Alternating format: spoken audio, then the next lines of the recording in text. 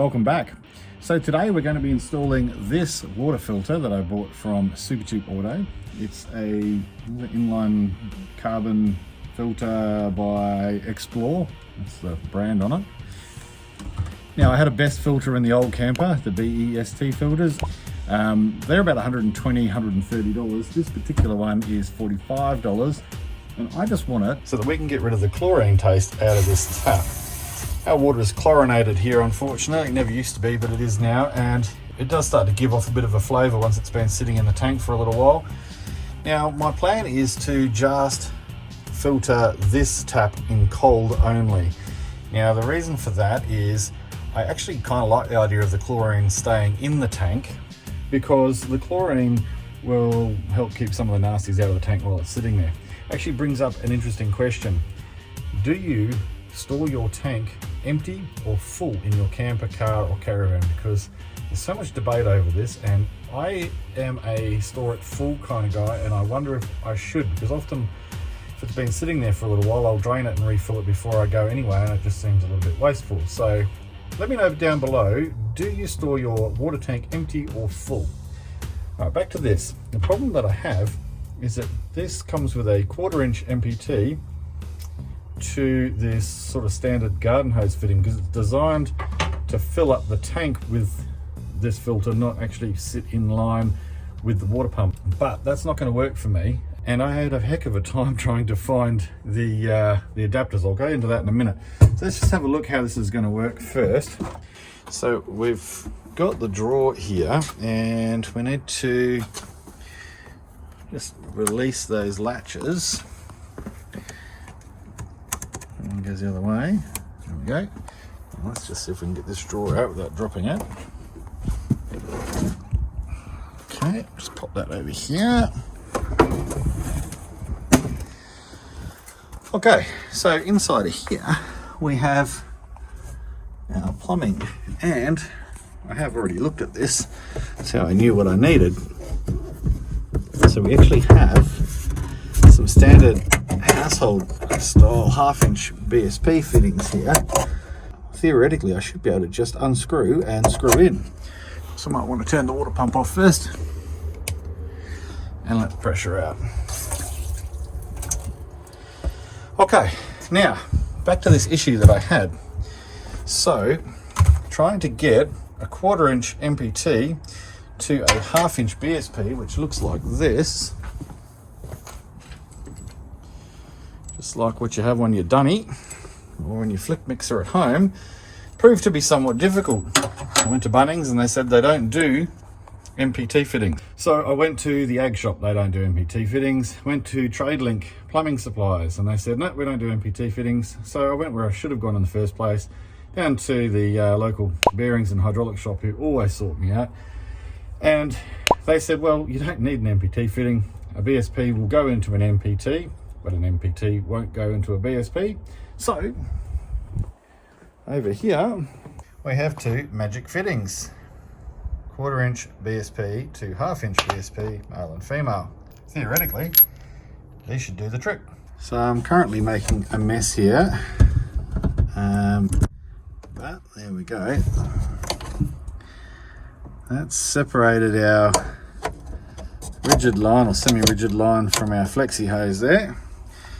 We should be able to just put in the adapters, put some thread tape on and put it in the middle. I like this idea because what that's going to mean is that if I ever have a problem with this when I'm out bush, I can just eliminate it by simply removing it, and everything should just bolt straight back in.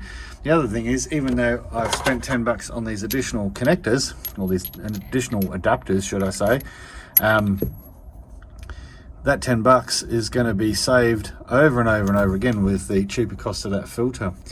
And I'm not trying to filter swamp water, I'm not trying to put dodgy water in the tanks. I always try to keep the water good. I just want to get rid of that chlorine taste, and this carbon filter should do that perfectly. But we will find out in a minute, hopefully. Let's see if the water pump will have enough pressure to activate and push through.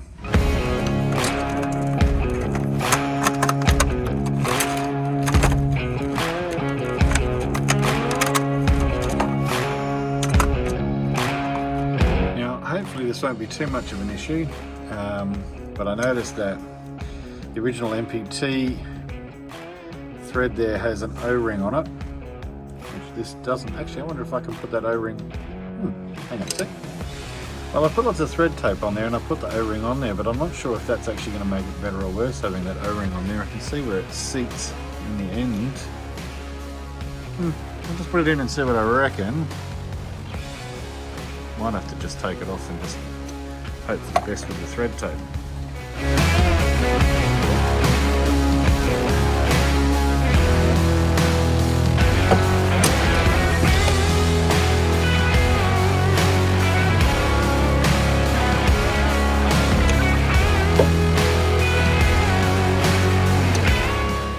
Looks half decent. The same on the other one, eh?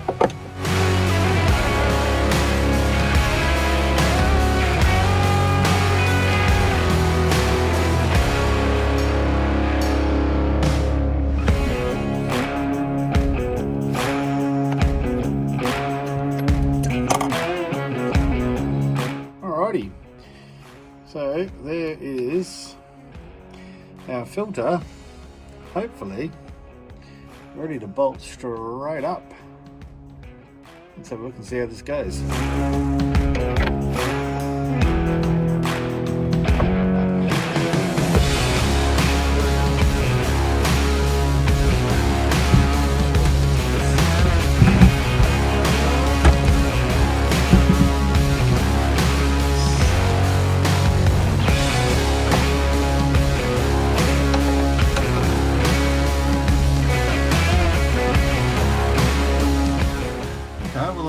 Him down in there, there's a bit of strain on that connector, so I'm hoping that that's not going to move.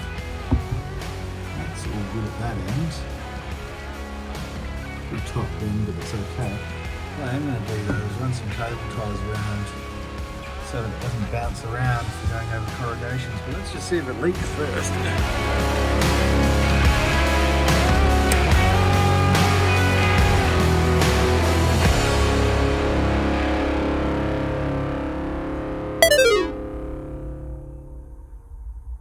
That's a leak. Yep. Dang. What about this end? That's okay. Oh, you guys are gonna love this. Look at what I've bloody done. See that?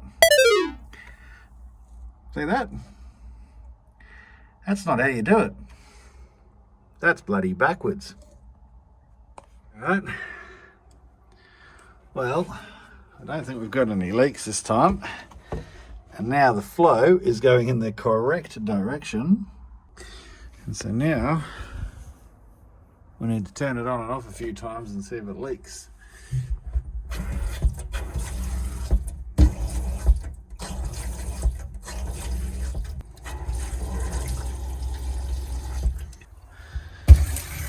There's a whole bunch of black muck coming out of there, which is the carbon flushing through, so that's good.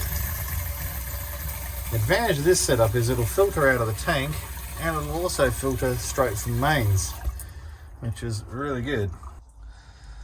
Okay, so there's the final product. I've just put a couple of cable ties around the unit and around the hoses just to stop it moving around, and it seems to be not leaking. There's a little bit of a kink in that hose, but not too bad, doesn't seem to be affecting it.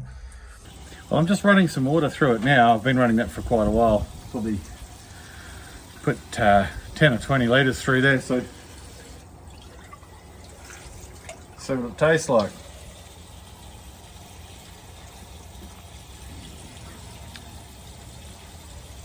Perfect. No taste at all. That's what you want. I'm really glad about that because this pump in the Xpedition is handling this no problem at all. The one I had in the Travelander, I actually had to take the pump apart and change the pressure cutoff, because as soon as I had the extra pressure of the filter in line, it would just trip the pump out and it wouldn't run. So I didn't have to do anything at all. In fact, it's just running absolutely perfectly. I'm very happy about that. Excellent. So hey, look, there's a top tip. If you want a cheap water filter for your camper, caravan, car, whatever, you can go get one from Supercheap. Go to your hydraulic store, well, you can probably go to anywhere really, because once you know you can use a BSP instead of an MPT, you can just get a 1/4 inch BSP to a 1/2 inch BSP and slap them in, away you go. So I hope this is useful to some of you. I definitely recommend putting a water filter in, even if it's just a cheapie like this. It really does make a big difference when you're away. No more bottled water, no more wasting money and damaging the environment with that. So we're going to go away this weekend. We'll test it out and make sure it works properly. Thanks for watching, guys. Comment below if you've got something to say about the water tank. Whether you store them empty or full, please put it down there, because I am genuinely interested to hear what people have to say about that. If you like the video, hit like, and I'll see you on the next one.